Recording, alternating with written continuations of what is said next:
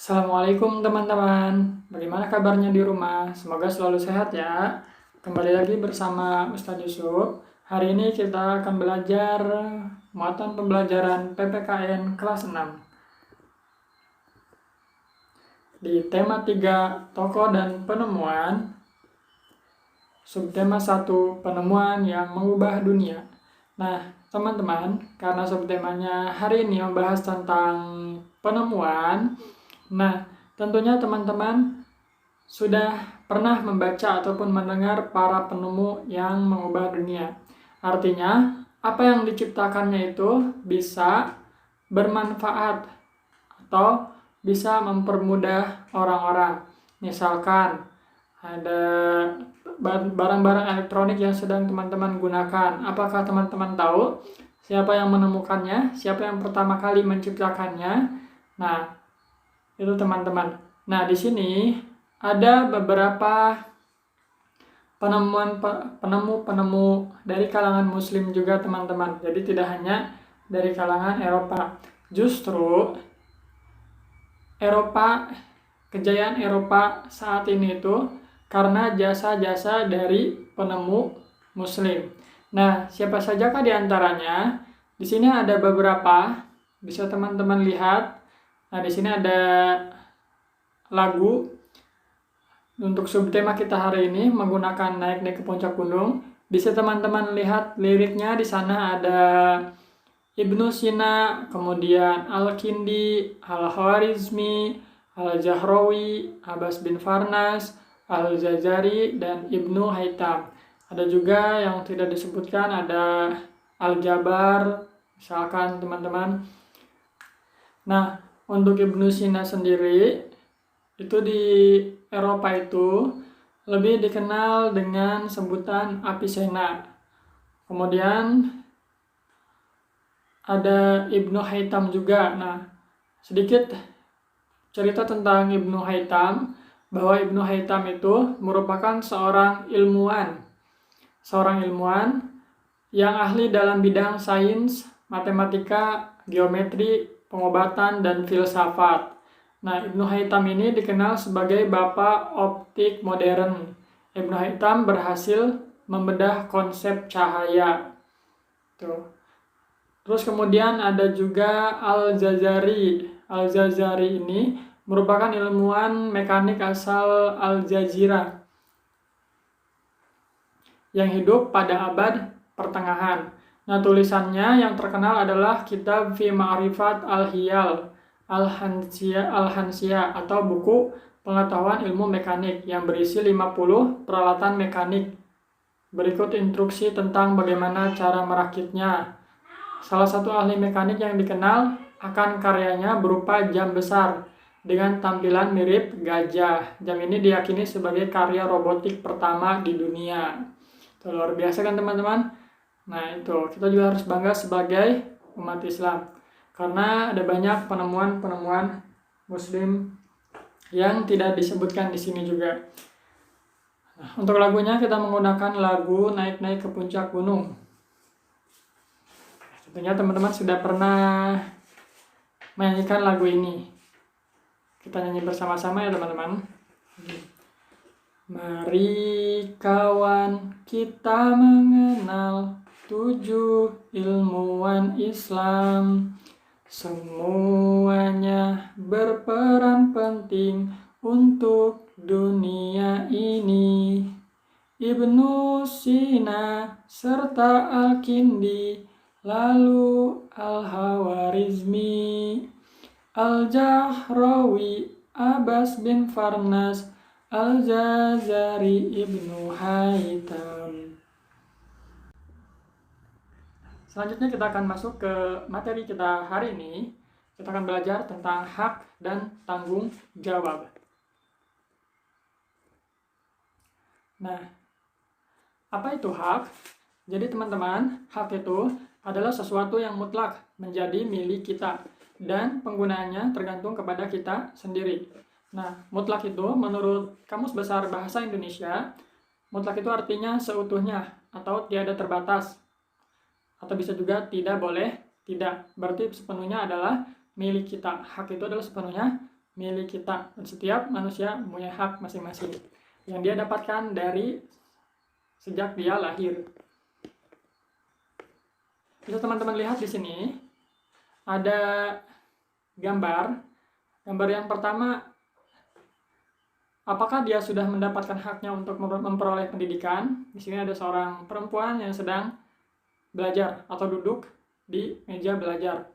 Nah, menurut teman-teman bagaimana? Apakah dia sudah mendapatkan haknya? Terus, gambar yang kedua di sebelah kanan, apakah dia sudah mendapatkan haknya untuk menyampaikan pendapat? Gambar yang ketiga, apakah dia sudah mendapatkan haknya untuk memperoleh hidup yang aman? Bisa teman-teman lihat gambarnya. Di sini ada dua temannya yang sedang mengejeknya. Kemudian, gambar yang keempat, apakah dia sudah mendapatkan haknya untuk memperoleh kasih sayang? Bisa teman-teman lihat. Kedua orang tuanya masing-masing sibuk dengan urusannya. Setiap orang memiliki hak yang sama dalam kehidupan sehari-hari. Seperti hak di dalam keluarga, hak ketika di sekolah, dan hak ketika di masyarakat. Hak dalam anggota keluarga. Hak dalam keluarga yaitu pertama mendapatkan kasih sayang dari kedua orang tua. Itu sudah menjadi hak teman-teman dalam keluarga. Dan selanjutnya contoh berikutnya yaitu diberi makan dan minum. Itu hak teman-teman di dalam keluarga. Lalu hak ketika sekolah atau hak dalam sekolah sebagai warga sekolah. Yang pertama, mendapatkan pendidikan dan pengajaran. Itu hak teman-teman. Ketika teman-teman sekolah, hak teman-teman adalah mendapatkan pendidikan dan pengajaran. Terus kemudian mendapatkan perlindungan selama di lingkungan sekolah. Dan selanjutnya, di lingkungan masyarakat, memperoleh pelayanan yang sama dan adil. Dan hak memilih maupun dipilih atau ditetapkan sebagai pemimpin. Yaitu hak teman-teman untuk memilih ketika ada pemilihan atau RT ataupun kepala daerah.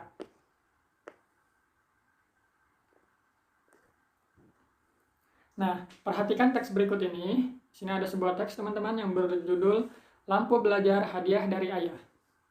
Kita baca bersama-sama. Setiap malam hari, pukul 19-20, Siti dan adiknya selalu belajar. Mereka belajar dengan menggunakan lampu belajar. Lampu belajar itu adalah hadiah dari ayah 6 bulan yang lalu. Ayah memberikan lampu belajar kepada Siti dan adiknya supaya mereka giat belajar.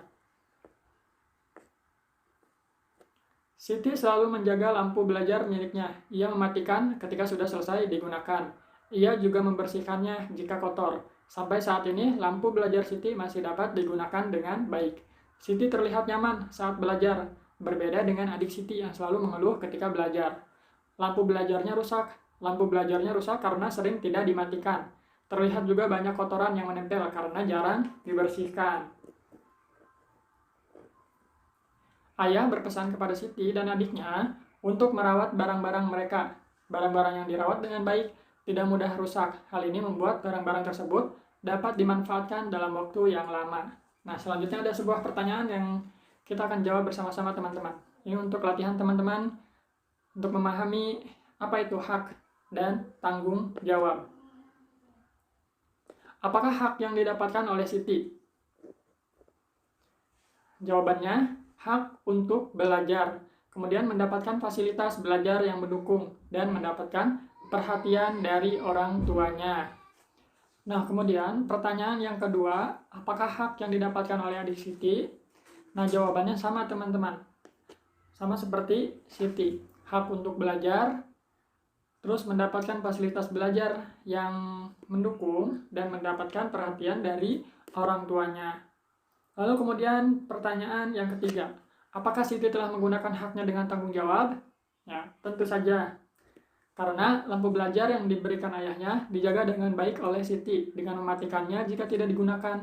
Ketika kotor, lampu tersebut ia bersihkan. Dan pertanyaan yang terakhir, apakah adik Siti telah menggunakan haknya dengan tanggung jawab? Nah, Ustadz yakin teman-teman sudah tahu jawabannya. Adik Siti belum bisa bertanggung jawab sepenuhnya karena lampu belajar adik Siti rusak akibat ia sering membiarkannya menyala dan jarang membersihkannya. Berbeda dengan kakaknya, ketika sudah digunakan maka lampu tersebut dimatikan. Ketika kotor, lampu tersebut dibersihkan. Hak adalah segala sesuatu yang harus didapatkan oleh setiap orang yang telah ada sejak lahir. Hak yang kita dapatkan harus dilaksanakan atau dijalankan dengan penuh tanggung jawab. Karena di situ ada kepercayaan dari orang lain kepada kita yang harus kita pertanggungjawabkan.